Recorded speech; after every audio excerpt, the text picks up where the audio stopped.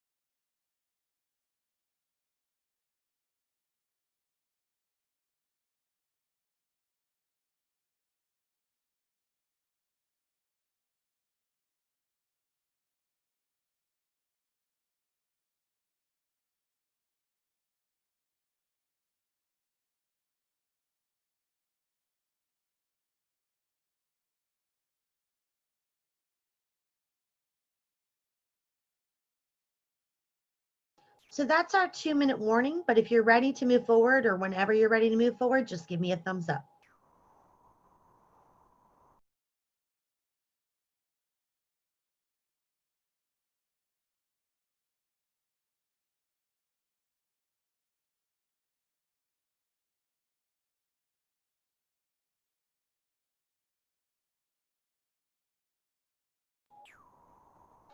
Okay. So we have our ideas of what we think empathy and sympathy are and how they're used in practice, but let's talk to or hear from an expert about that. So I'm going to show this video from Brené Brown about the difference between empathy and sympathy. Make sure your volume is turned up on your computer so you can hear it nice and loud.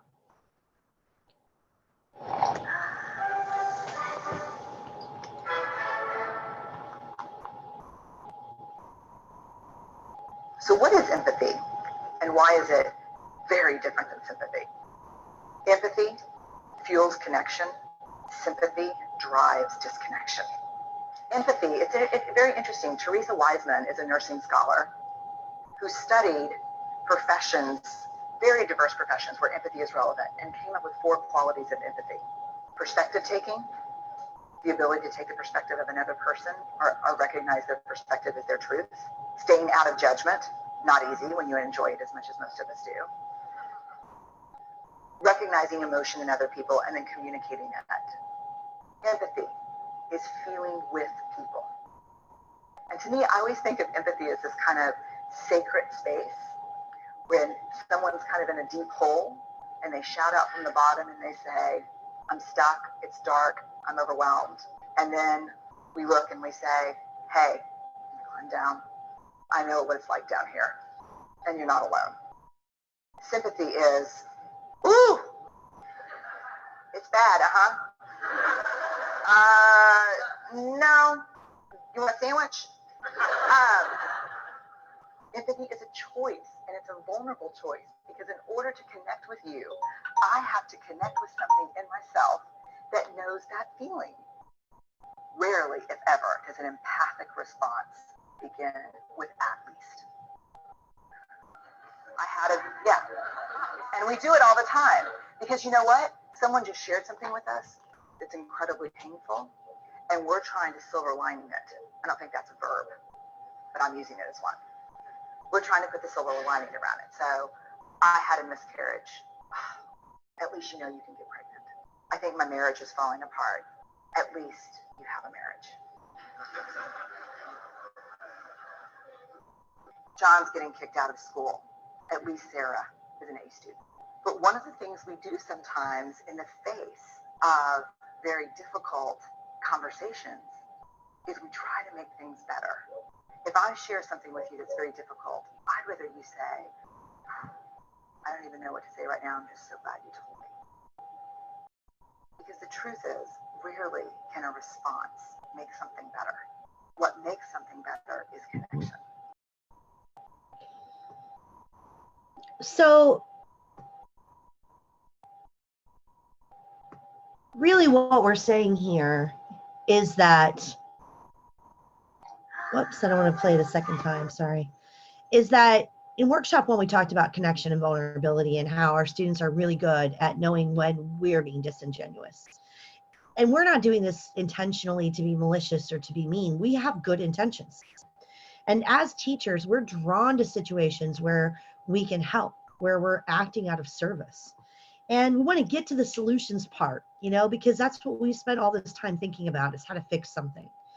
But the minute I say to someone, I know how you feel, I'm devaluing that person. It's much better to do what we talked about in workshop 1, which is to listen with empathy, to validate the person, and then to offer choices or talk about choices, and lastly, to talk about solutions. So a student comes to me with a problem, and unfortunately, it can be a really, really serious problem. For example, if a student becomes homeless within a semester. Okay, I want to get them to that resource. I want to get them down to the counseling center. I want to get them to the places that they need to go. And I do want to have action involved to support them. But what I want to do first is say, I'm really glad that you shared that with me. I know that's hard to share. And then I want to say to them, I don't have any idea how you feel right now, but I'd really like to help if that's something that you think you can receive. Give them choices, give them options to tell you, because sometimes your role is just to listen. It's not to act. And that's hard it's hard for me. I'm a fixer. Like in my family, we call it bright siding. You know, we're going to bright side this situation. Like when Brené Brown was talking about silver lining it, you know, that's what I think of. And it's really hard to take a breath. But the reason why this is connected so much to what we're talking about today as an extension of workshop 1 is that we know that mindfulness increases connection as well. So let's think about this. When I use connection to communicate with people, that connection that I have and the courage to be imperfect and that vulnerability that I share creates a stronger connection, faster to be trusted, and allows us to work together to solve the problem. Now, add to that the fact that during a pandemic, there's lots of anxiety, fear, and uncertainty, and that one of the cures for these things is mindfulness. So mindfulness and connection are related. When I'm being mindful with you in a space and I'm doing something with you in a space that brings us to get my calm or run a code like we talked about, I'm connecting. And connecting allows us to do better, increase success, have more trust, and actually reduces conflict. So the full circle piece between workshop 1 and workshop 2 is this. If I truly do understand what empathy is, and if I am intentional in trying to listen with empathy and act with empathy in my classroom, I'm going to see better results. And it all comes down to this idea of validating people and trying not to devalue someone. One of the reasons why I think we go so quickly to finding solutions is because it's an uncomfortable space to sit in. I don't like it that I can't help you. I don't like it that I can't just say something that makes you feel better. Accepting, though, that I can't do that helps to drive better acts of service from me. And while I'm doing this with you, listening with empathy, I'm practicing mindfulness. I'm listening with empathy. I am actively listening to you. And I'm not thinking about my answers or the solutions. I'm just taking it in. And we can do this in small bits and pieces, but hopefully I was able to make somewhat of a connection there for you. So thumbs up if any of that makes any sense. What you should do now, after watching the video, excuse me, sneezing all over the place, is go back and refine your definitions and refine your examples. And we're back to this idea of acting with intention. My mission, my vision, my values, and whatever the rewrite is. Because now if one of my values is to be empathetic and listen with empathy, teach with empathy, then what's going to happen is my mission and my vision are going to be reflecting that value. So we can keep it in the loop. Okay, so the objective for this part, and this is just for taking notes in part 4, is to develop some tools and skills on how to address stressors and challenges that we talked about. So far in workshop 1, there were 2 major ones that just popped out everybody had, which was social distancing and obviously looking at masks. So I'm going to go back to the social distancing for a minute. So we have 3 major things I think that we can tackle. Now there's more things that are challenging and we may have better solutions for those and more variables. But I think if we tackle these 3 things first, we're going to see a huge success points. One is we're losing the proximity classroom management. I can't move around. I can't get close to you when I think you're using your phone. You know, the things that I do that my physical space, with my physical space, I'm not going to have that access to. Even if I am wearing a face shield and a mask, I'm still not going to have that, that kind of power that I get from moving close to you. I'm also not going to be able to do cooperative or collaborative learning in the same traditional sense. So I'm going to have to get creative on how I can do that without that. And students, even though they're in a group, might feel very isolated. So all of a sudden you're taking people and you're kind of putting them in their cage. You're putting them in their space and you're telling them this is where they have to be. And to give you an animal behavior example is that, you know, if you train a dog to be off leash and they do really well off leash, the minute you put a fence in your yard, they're testing the fence because you put me in this space and you told me I can't move from here. And even though maybe I would sit through an entire class and never move from this space, but knowing I have the option to, now I don't have the option to, and I'm going to be constantly worried about that. So again, we're thinking about the anxiety for that. And then I might feel isolated even though you're right there because I'm in this space. It's a different parameter. So paddles work really well if you take popsicle sticks and index cards and you have the students make them themselves. Yes, no, emotions, asking for a break or question, those work really well. We obviously at the college level can use phone apps pretty easily. If everybody in your student does, every student in your class, I meant to say, does have a cell phone, smartphone, you can do that. Again, I would caution anyone, don't make it a requirement for 1, 2, you don't know if people can afford or have the right kind of phones or data rates to be able to download apps. So just kind of keep that in mind. And then silent signals, I use them all the time and I love them. So I'm not necessarily using specific American Sign Language signals. I might even have the students come up with a symbol that makes sense, but one really good one is tell me more, or can you expand on that? So when someone's talking to you, describing something to you, you don't want to interrupt them. You want them to keep going because they're getting close. If you just do one of these things, like, you know, keep going. After a few times of doing that, they're going to pick up exactly what that means, or you can be intentional about it. But this little link here is about silent signals that you can use. This is an elementary school classroom, but it doesn't matter. Any level works. I do this with large groups of people, adults, all ages, doesn't matter. In fact, kids that are younger tend to pick it up even better. You can link these to your objectives. But what's good about this with Zoom and live web teaching is that it's hard sometimes not to interrupt somebody, because I'm talking and my box is yellow, and then somebody says something and their box gets yellow, but there's sometimes a little lag between moving between me and you. And so if I do this, that gives me a second or millisecond lag so that I need you to tell me more. It also lets the other participants know it's not time for them to break in yet.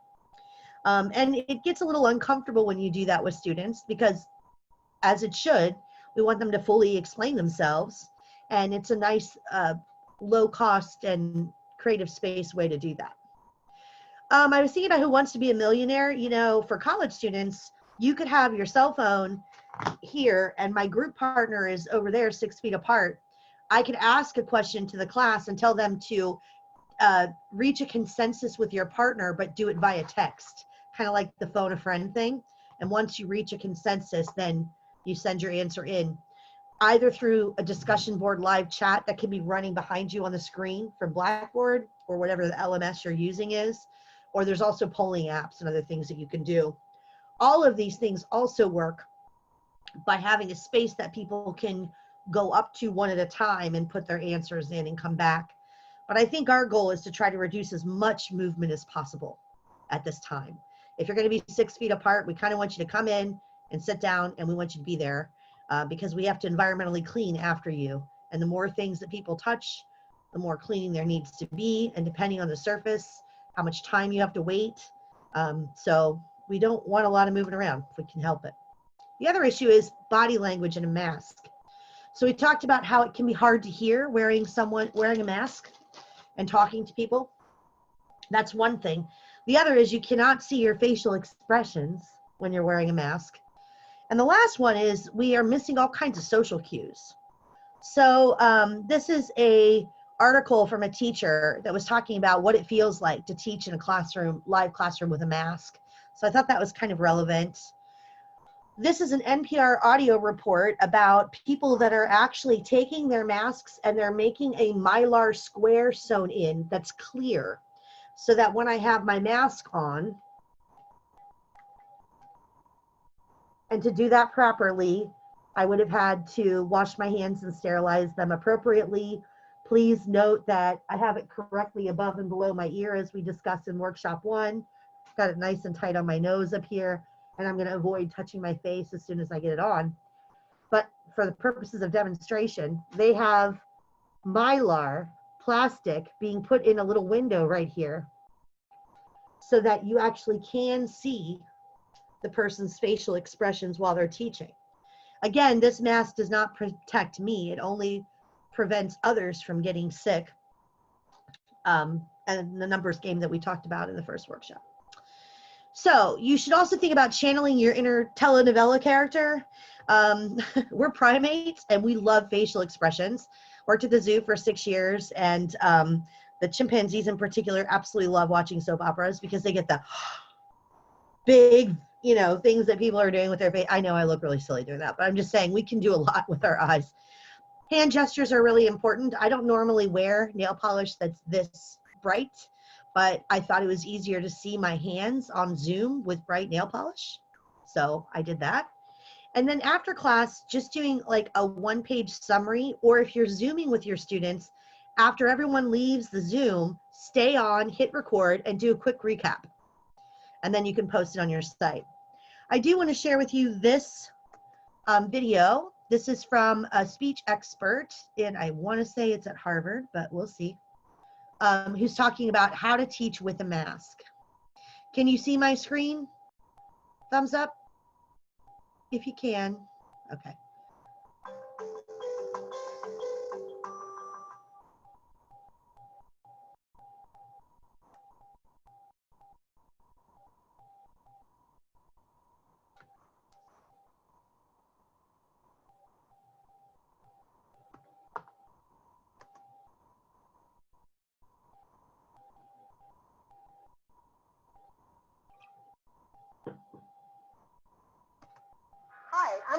Hopkins, Director of the ECU Speech Communication Center. As you get ready to return to the classroom this fall and to teach your students, you're probably feeling pretty comfortable about your syllabus, the assignments you've created, and even the book you've chosen. But you might not be feeling quite as comfortable about the fact that we're all going to be required to wear a mask while we teach in the classroom. If you're wondering if you can still be an effective teacher even while wearing a mask, I'm here to tell you without a doubt you absolutely can be. And today I have 6 practical suggestions to help get you started. Tip number 1, you've got to practice. It's not too soon to go ahead and put your mask on at home and speak for an extended period of time. You might choose a disposable mask like this, which is lighter in nature, to put that one on, or you might choose my preference, which is a cloth mask, and I'm going to put it on and wear it for the remainder of this presentation. Go ahead and get comfortable with the mask. Know where to position it on your face. Make sure it's tight enough. Make sure it's not going to slide down your face. And take your phone, your tablet, or your computer and put it across the room, at least 10 feet away. Say your lecture just like you would in the classroom. Play back that recording and make sure that you can understand yourself and that you can hear yourself. If you can't, now is the time to make those necessary adjustments. Tip number 2, if there's a microphone in the classroom where you're teaching, by all means, put it on and use it. It'll help amplify your voice, and you're going to need that help because the mask is going to muffle your volume. Tip number 3, learn to breathe from your diaphragm, which is going to provide breath support. Did you know that most of us breathe incorrectly? That's right, our shoulders go up and down. We just fill our lungs with air. But we don't get that good breath support that we get when our stomachs go in and out. If you just try to speak more loudly during every class lecture, you might end up straining your vocal cords and becoming hoarse. If you breathe from your diaphragm, you'll get that great breath support, and you'll have strong volume without straining your voice. Tip number 4, record a portion of your lecture at home while not wearing a mask. If you do that and play it back during your actual live in-class lecture, it'll provide 2 advantages. Your students get to see you as you without a mask on, and second, it'll give you a break during your lecture. You'll still be in the classroom, you'll still be wearing your mask, but you won't be talking while you play that recorded portion of your lecture. Tip number 5, if you're teaching a class where your students absolutely need to see your mouth or your facial expressions, request a face shield from your supervisor. ECU is going to have a limited supply. And tip number 6, eye contact is key. We usually depend on our facial expressions to help be engaging presenters, so you want to make sure that you use your eye contact to look at every student in the classroom and really engage with them. And if you need a little extra help, please contact us at the Speech Communication Center, 252-328-2790, or reach out to me directly at hopkinsp@ecu.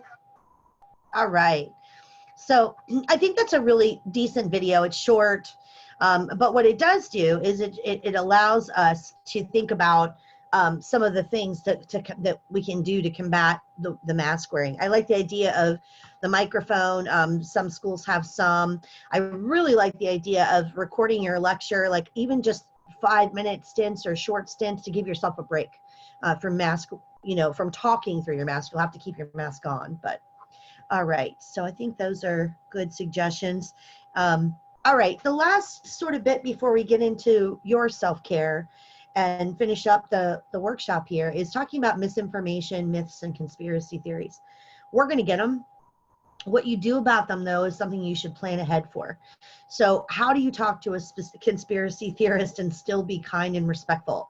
MIT wrote a great article, comes out of the MIT Review, about this. And so I highly encourage you to take a look at that. Now, Colleen, in your case, maybe this is parents, who knows. But the first thing you should do is always address the behavior first before the belief. And then ask yourself a series of questions. Is this valuable learning? Is it relevant if I choose to engage with this to one or more people in my entire class? And if I do choose to engage or believe, is there benefit to the class with this? So you have to answer those questions. And remember always from workshop 1, we talked about in your worksheet, you'll see the table that said, is it beneficial? Can I do it with empathy and compassion? Is it fair? So we always just want to keep our frame straight. Does this in line with my mission, vision, and values? Is this something I need to do? But if you really feel strongly that you're getting a negative cohort or you really do need to address it, make sure that you know your facts and that the science about the issues that you're talking about where you can. And use the t-test evidence style discussion. Now, what does that look like when I say things like an if-then statement or ask them what evidence they have for that claim? How do I do that with empathy? Well, here's an example of how something might go. Let's say you have a student who, although they've agreed to wear a mask on campus, and that's their personal responsibility statement that they have signed or marked, midway through the semester, they just have had enough of it and they just can't do it. And so they've convinced other people in the class to take their mask off. And they come and they say, you know what, because I talked to so-and-so and so-and-so said that we're working on herd immunity, HERD, okay? All right, at that point, you have to address it. There's something that you need to do. But how you address it is by validating first, which is hard. You know, let's say the student's name is Dave. Okay, Dave, you know, I've heard a lot of that going on around. I mean, I've been seeing that on Facebook and some other things. I haven't really had a tremendous amount of time to get deep into this, but it sounds kind of like you have. Let's talk about it. All right, so I'm validating that this person believes they've done research. I'm validating that what they have to say is important. I'm not at any way saying that what they are saying is truthful. I'm just saying I haven't had time to look into that. So then I'm going to start with my questions. Okay, so if that's true, then why XYZ? Okay, let them talk about it.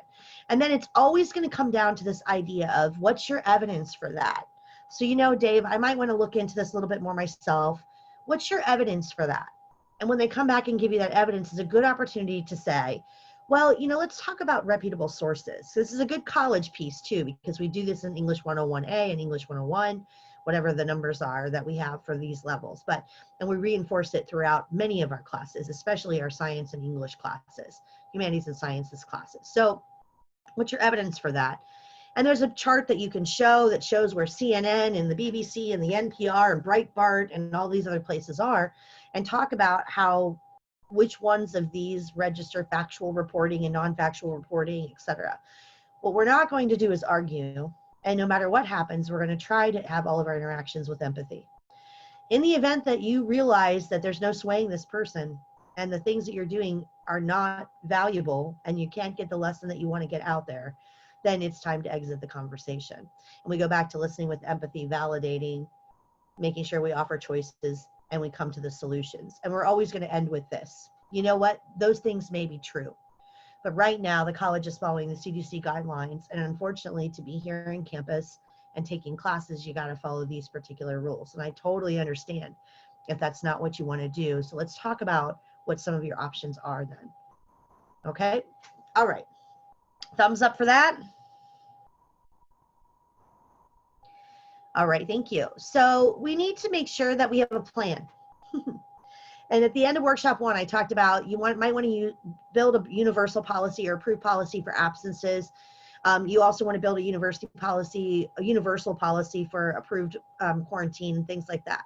Also, our students are getting inundated with emails, so you might want to consider doing short video or audio messaging to your students on Blackboard or whatever the LMS is, and maybe some short topic clarifications, something fun that you can demo that's 1 to 2 minutes that you can share your students either while you're with them together or while you are away. No matter what you do, we have to lock it down. We got to lock it down, folks. We want to have an idea, a plan, and an action. So make sure your syllabi statements are clear. And as I mentioned in workshop 1, check with your program chairs, divisions, whatever the hierarchy is for your area and your classes to make sure that all the specific exceptions are met and that your syllabi statements are approved. We want to have upfront messaging. Ask students for their ideas about how they learn. They're going to tell you. I mean, how do they like the live web piece and what would they like you to do differently and what do they need? And at the very last thing that I have written down here is perhaps the most important, and that is you have to have a self-care plan. If you are not in good place, you are not going to be able to work with our students. Now, I'm not going to show this video during this recording, but I will tell you that it's really cool. So it's an external link to the BBC. I could not embed it because it's a UK embed code, but it's a really cute short about interviewing people and how they feel during this lockdown. And it's talking about how we do feel isolated and we do feel as though our life is got more parameters and it's changed. There are positive and beneficial things that come out of this, but there's still some grief and sadness too, even if it is short term. And everybody defines short term differently. For me, short term is a couple of years. For other people, short term might be 15, 20 minutes. So I want you to complete your post-workshop activity, which is always under the objective of construct a personal plan. But in addition to that, I want you to think about a few other things. How are you going to take care of yourself? Well, think about psychological support and coaching. So there is directed and non-directed guidance that you can receive. Life coaching and coaching is more directed. Psychological support is often less directed. Not one is better than the other. It's just a different approach to success. BetterButterflies.com, which is here, is Lucy Pritchard, one of the individuals who actually provided us with a free 1-hour session from the ACT Symposium. So if you went to the ACT Symposium last year that the CTL put on, there was free swag bag, and this was one of the things in there. So I thought I would put her back here so you could get that back in front of you. Figure out how you're going to get unplugged. What are you going to do? What creative thing are you going to do, or how are you going to work through some of these things? Reframe your life. This is an interview with Brené Brown, and I think it's from the London Reel, and she's talking about how the stress is really affecting her family life. And it's very informal, but I think it's interesting on how we manage all the stuff that we have on our plate. Look, we have a new normal. Manage your expectations and zoom out. It's really bad if we get locked into something too small. You've got to say, okay, I don't know what's going to change. Let's focus on what I can control, and let's not focus on the things I can't control. Exercise. I'm not saying you have to pedal to the metal, feel the burn in the in the gym, but you got to walk or move, take a stroll, get your mind off things, sit outside for a while. It's really important we check in with ourselves. So workshop 1, we talked about checking our personal data, making sure that we're not sick, and asking ourselves these questions about, do I have a sore throat? Do I have a fever? All those criteria that we need to know before we can go to work. Now I also want you to think about, run a code on yourself. How am I feeling right now? During this activity workshop that I'm doing right now, this is my 4th one today, I needed to take a human break and use the restroom. So I said, you know what, we're going to break. And that's what we did. There's part 1 and part 2. And identify your support network. And the last thing I'll say about your support network is make sure they know how to support you and not just that they're there. For example, if I have someone in my support network that's really good listener and doesn't seem to get upset if I have to vent, then I might ask that person, you know what, I don't know if you're available today, but I need 5 minutes to vent if you have a minute. Telling someone in advance what it is you would like from them will give them some choices. 1, they may or may not be willing to do that right now. They may not be able to handle it. And 2, it allows them to know how they can be of service to you. So if I know all you need to do is vent to me and I'm down for that, then I'm going to be absolutely texting you back saying, you know what, please give me a call. I'm good to listen. I know what it is you need from me, and I feel good about the service I can provide to you. When we make assumptions or we feel bad about asking people specifically for what we want, sometimes they're out there wondering how to help, and they start to feel bad about that. So please keep that in mind. Of course, workshop 3 upcoming is talking specifically about engagement in COVID-19 classrooms. So what type of cooperative learning activities are we going to build and do? How do we get our students actively thinking? This one was mostly about those challenges of learning during a pandemic. All right, and so with that, I'm going to end it here. Colleen, hang on for just a minute if you don't mind. And everybody, thanks so much. Finish out your worksheets, do your post-workshop activity, and I'll see you soon.